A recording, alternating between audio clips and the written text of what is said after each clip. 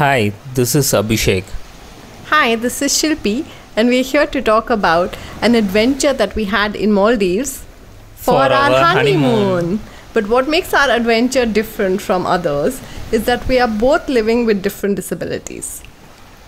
I live with a rare genetic disease called pseudoachondroplasia and multiple epithelial dysplasia, which causes dwarfism and brittle bones. I live with a rare genetic disease called GNE myopathy, which causes progressive muscle weakness, ultimately leading to complete loss of muscle function and severe disability. We were looking for an accessible resort in Maldives where we could participate in as many activities as possible. We came across websites which mentioned Amila as the most accessible resort in Maldives. We like to mention that we are not being paid by Amila or anyone else to make this video. We are doing this so others with disabilities can make an informed decision about Maldives travel. During booking, Amila asked us about our disabilities and about the specific nature of the accommodations that we needed. And what was particularly interesting is that they shared a separate brochure with us which detailed their inclusive facilities. We flew from New Delhi to Malé in June. Our experience at Malé airport was smooth. I was taken from the aircraft in an ambulift and we were greeted by Amila staff upon exiting the airport. Amila staff used transfer sling to transfer you from wheelchair to van. How did you feel about it? Initially, I was a bit hesitant to use the transfer sling since I've not used one before, and I was a little surprised that the van was not wheelchair friendly, but the Amila staff made me feel very comfortable. We waited in the Amila lounge at the seaplane airport where I got to see this spectacular view from the balcony. But it's unfortunate that you couldn't see it. Yeah, the balcony wasn't wheelchair accessible as it had steps.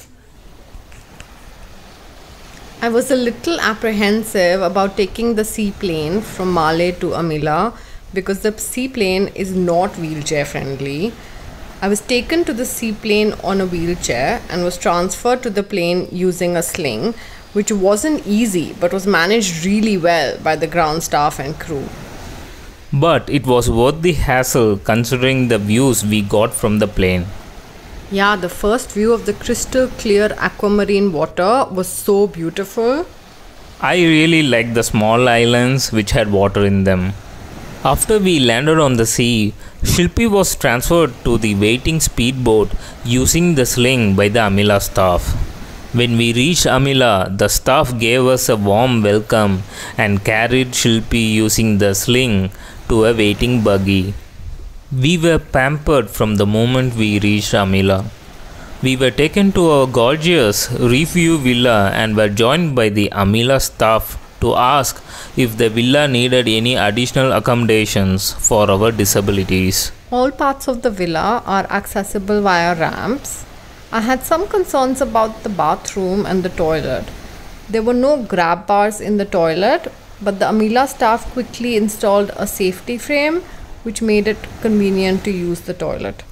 The showering area was a little slippery, and so Amila staff put anti-slip bath mats which partially addressed the problem. The staff also put foam over the shower knobs to make it easier for me to turn the knobs while showering. They also had a shower chair which they gave to me on request. The villa has a private pool. It is 1.4 meters deep. We were given life jackets, floaters and pool hoists to use it. The pool hoist helped Shilpi to get in and out of the pool. The lifeguards were available in case we needed them.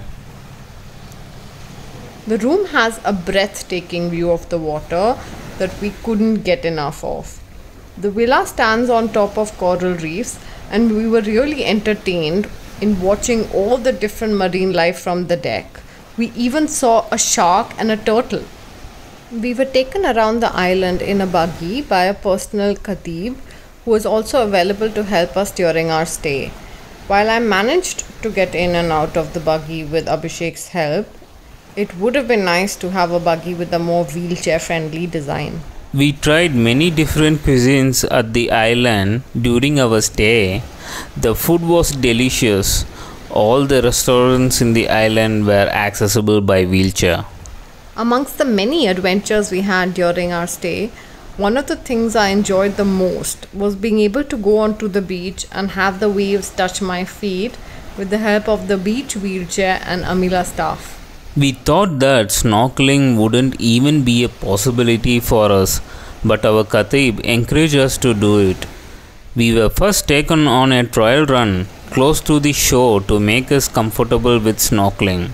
And once we were comfortable with snorkeling gear, we were taken to deeper waters. I was taken into the water on a special wheelchair, and once we were in sufficiently deep water, the wheelchair was removed and the instructors helped me with the snorkeling gear. The instructors were extremely encouraging and made me feel very comfortable, even though I was a bit scared initially. They were there with me throughout the time I snorkeled. It was breathtaking to see different kinds of corals and schools of coral reef fishes and sharks. From the moment we stepped onto Amila, it was clear to us that Amila has put serious thought and effort into inclusivity. The staff were warm and attentive and made our stay comfortable. It was good to see the management of Amila being receptive to our requests for improving the accessibility of the facilities. We hope that Amila will continue its efforts towards creating a truly inclusive holiday destination. We had many reservations about traveling as a couple with disabilities. This trip has given us the confidence to experience different kinds of travel in the future. We hope this video helps travelers with disabilities to make the journey to Maldives.